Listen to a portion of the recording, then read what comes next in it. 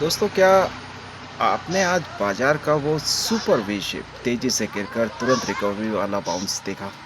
सुबह जहां पूरा माहौल दबाव का था, एफआईआई की भारी बिकवाली, गिफ्ट निफ्टी में कमजोरी और नेगेटिव न्यूज़ फ्लो, वहीं बाजार गैप अप खुला और फिर नीचे गिरकर 23,936 तक गया। लेकिन उसके बाद जो हुआ वो और भी दिलचस्प था।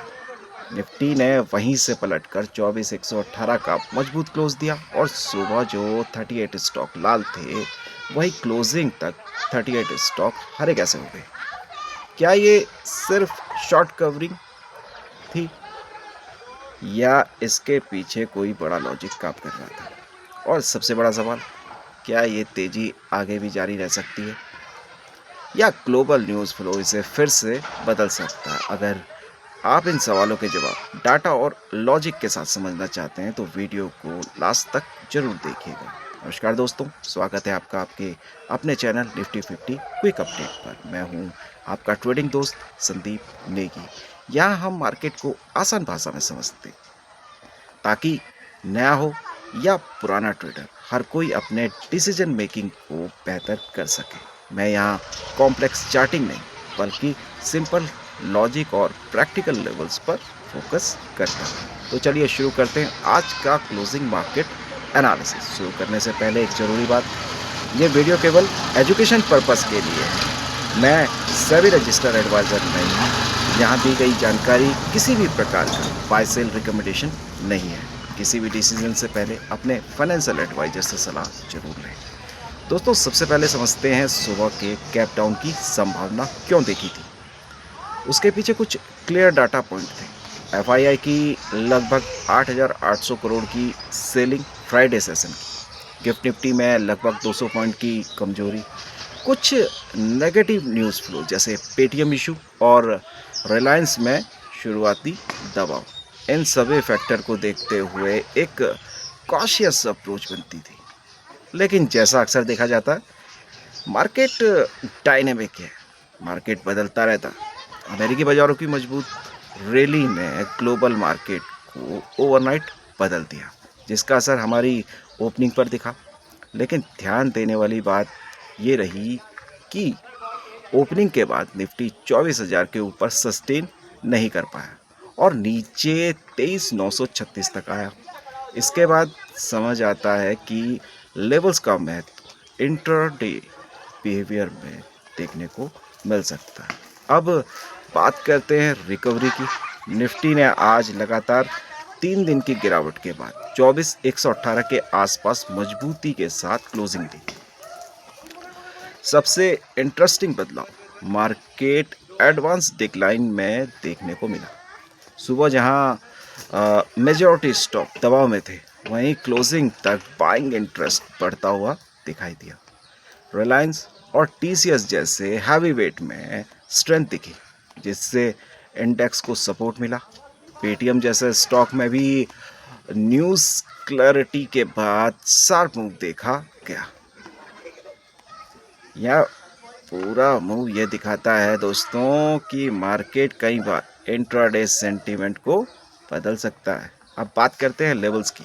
निफ्टी के लिए 24,000 का लेवल अब एक इम्पोर्टेंट जोन बन चुका है। अगर प्राइस इस लेवल के आसपास टिकता है तो कुछ ट्रेडर इस सपोर्ट बिहेवियर के रूप में ऑब्जर्व कर सकते हैं। सपोर्ट बिहेवियर के रूप में ऊपर की तरफ 24,200 माइनस 24,250 का जोन रेजिस्टेंस के रूप में रिएक्ट कर सकता है।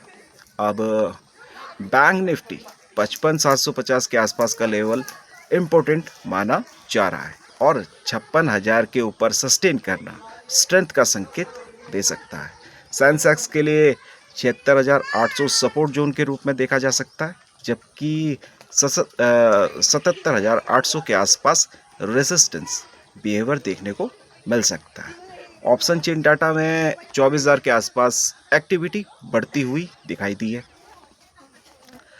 जिसे कुछ ट्रेडर सपोर्ट इंडिकेशन के रूप में देखते हैं। पीसीआर की बात करें, सुबह का लो लेवल से उठकर बैलेंस जोन के करीब आता दिखा है। इंडिया विक्स भी अभी रिलेटिवली एलिवेटेड है, जिसका मतलब है कि आने वाले सेशन में वॉलेटिलिटी बनी रह सकती है। अब सबसे इम्पोर्टेंट हिस्सा ग्लोबल फैक्टर। इंट्राडे मार्केट में स्टेबिलिटी दिखाई दे रही है, लेकिन अपकमिंग यूएस डाटा जैसे जीडीपी, इंफॉर्मेशन नंबर और सेंटीमेंट को प्रभावित कर सकते हैं। ग्लोबल फ्रंट पर यूएस ईरान टेंशन से जुड़ी खबरें आ रही हैं जो शॉर्ट टर्म वॉलेटिलिटी को बढ़ा सकती है। क्रूड ऑयल और गोल्ड में मजबूती रिस्क सेंटीमेंट का संकेत दे सकती हैं। एफएनओ बैन लिस्ट पर नज़र डालें तो आज पाइकॉन, सेल, वोडाफोन आइडिया और जी एंटरटेनमेंट जैसे स्टॉक इसमें शामिल हैं। यहाँ हाई वॉलेटिलिटी देखने को दोस्तों मिल सकती है, इसीलिए ट्रेडर आमतौर पर इन स्टॉक में इंट्राडे ट्रेडिंग से बचते हैं और एक्स्ट्रा सावधानी रखते हैं। अब पीयूसी बैंक में रिकवरी देखी गई है, जबकि आईटी और फार्मा सेक्टर न्यूज़ फ्लो के कारण फोकस में रह सकते हैं। इन सभी फैक्टर को देखते हुए मार्केट में स्ट्रेंथ तो दिखाई दे रही है, लेकिन ग्लोबल अनसर्टिनिटी और विक्स को देखते हुए कॉशियस अप्रोच रखना ज़रूरी हो सकता है दोस्तों। कुछ ट्रेडर ऐसे एनवायरनमेंट में कंफर्मेशन का वेट करते हैं और एग्रेसिव पोजीशन से बचते हैं। अब रिस्क मैनेजमेंट की बात करें और डिसिप्लिन अप्रोच, ऐसे मार्केट कंडीशन में इम्पोर्टेंट भूमिका ये दोनों निभाते हैं। अगर आपको ये एनालिसिस हेल्पफुल लगा हो तो वीडियो को लाइक ज़रूर करें और ऐसे ही आसान और प्रैक्टिकल मार्केट एनालिसिस के लिए चैनल को सब्सक्राइब जरूर करें। मैं रोज़ आपके लिए प्री मार्केट, क्लोजिंग मार्केट और ज़रूरी अपडेट जो स्टॉक मार्केट से रिलेटेड होती है अपने चैनल पे लेके डेली आता रहता हूँ। तो मिलते हैं अगली प्री मार्केट वीडियो में, तब तक के लिए धन्यवाद। जय